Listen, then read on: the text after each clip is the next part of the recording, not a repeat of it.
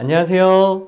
모해무원 전지훈 원장입니다. 오늘은 유전 탈모와 휴지기 탈모의 차이점에 대해서 설명드리도록 하겠습니다. 어쨌건 끝에 탈모가 붙는 건 맞고 머리카락이 없어지면서 두피가 보이면서 휑해지는 건 똑같은데 이것을 어떻게 구별할 것이냐에 대해서 좀 자세히 설명드린다, 이렇게 생각해 주시면 되겠습니다. 그럼 PPT로 넘어가겠습니다.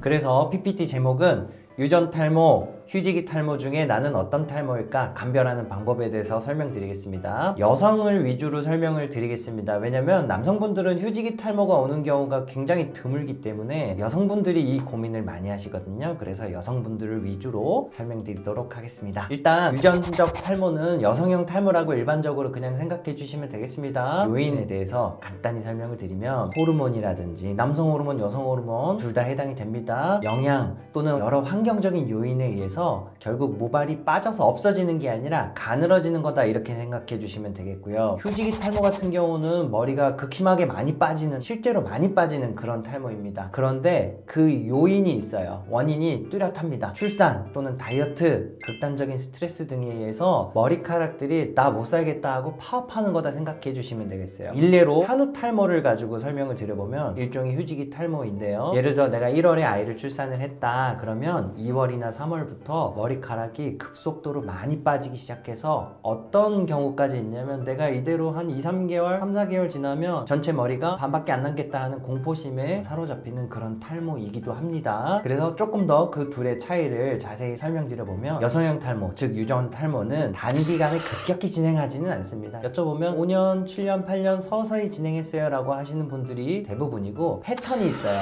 정수리 위쪽 위주로 서서히 가늘어집니다. 물론 여성형 탈모 한 3단계까지 가시는 분들은 뒤쪽까지도 굉장히 광범위하게 진행하는 경우가 있는데 패턴이 있다는 거는 딱 정해진 영역, 이 5대5 가르마 영역에서부터 서서히 넓어지는 그런 전형적인 진행 패턴이 있다, 이렇게 설명드릴 수 있겠고요. 휴지기 탈모 같은 경우는 좀 다릅니다. 머리를 기준으로 설명드리면 이렇게 여기서부터 점점 휑해지는 게 아니라 귀, 옆머리 할 거 없이 동시다발적으로 다 빠집니다. 휴지기 탈모가 심한 경우에는요, 우리가 잘 인지 못할 수도 있겠지만 이런 겨드랑이에 있는 채모까지도 탈락한다, 이렇게 말씀하시는 분들도 있습니다. 그리고 유전 탈모 같은 경우는 많이 빠지지는 않아요, 이렇게 설명하시고요. 휴지기 탈모는 최소 100개에서부터 500개, 600개 그 이상도 빠질 수가 있습니다. 그래서 휴지기 탈모가 굉장히 심한 분들은요, 막 집에서 울다 오시는 분들도 계시고 봉다리에다 머리를 막 담아 오시는 분들도 계세요. 내가 하루에 이만큼 빠졌습니다. 그러면 세보면 진짜로 막 400-500개씩 되는 분들도 많이 있습니다. 그래서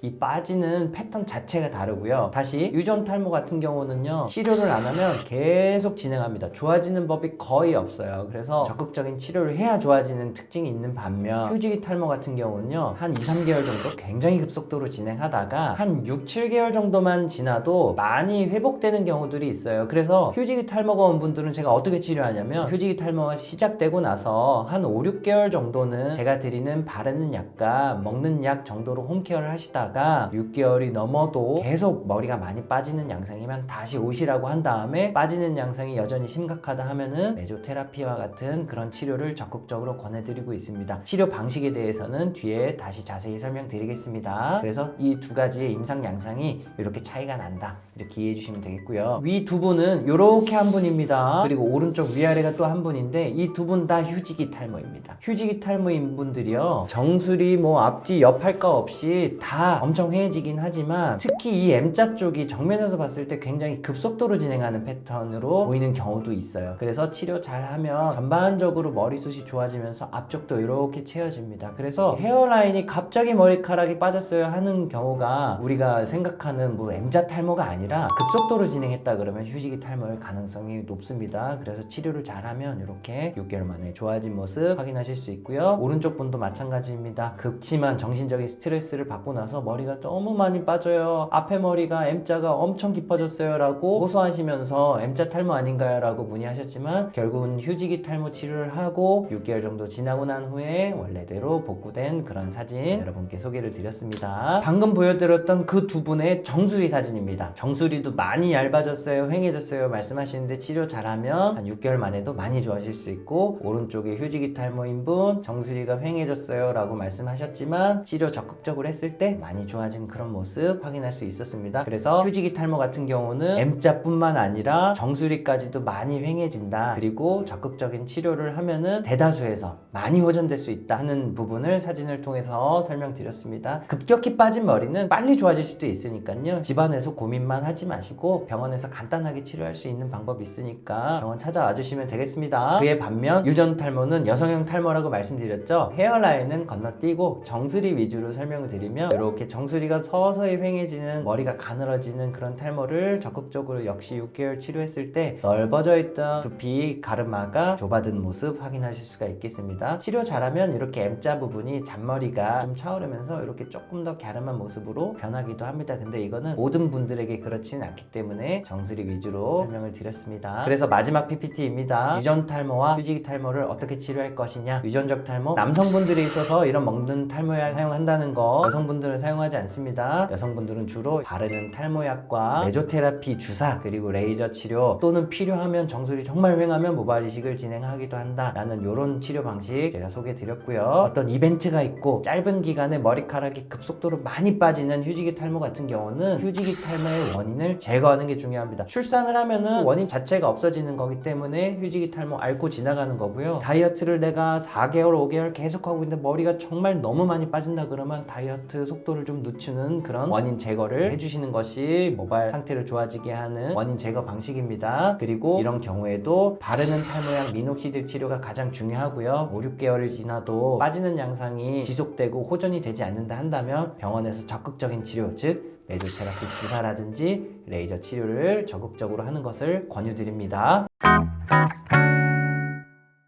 오늘은 머리가 서서히 가늘어지면서 정수리가 보이는 유전적인 탈모, 그리고 어떤 이벤트를 가지고 그 시점에서 두세 달 정도 지나서 머리가 급속도로 많이 빠지는 휴지기 탈모, 이 두 가지의 원인, 그리고 임상 양상, 그리고 치료법에 대해서 설명드렸습니다. 집에서 혼자 고민해서는 이 둘을 감별하기가 쉽지 않기 때문에요, 본인의 두피가 너무 많이 비쳐 보이고 머리가 많이 빠진다, 혹시 가늘어진다 한다면 병원에 오셔서 정확한 진단과 치료를 받으시기를 권유해 드립니다. 앞으로도 좋은 영상으로 찾아뵙겠습니다.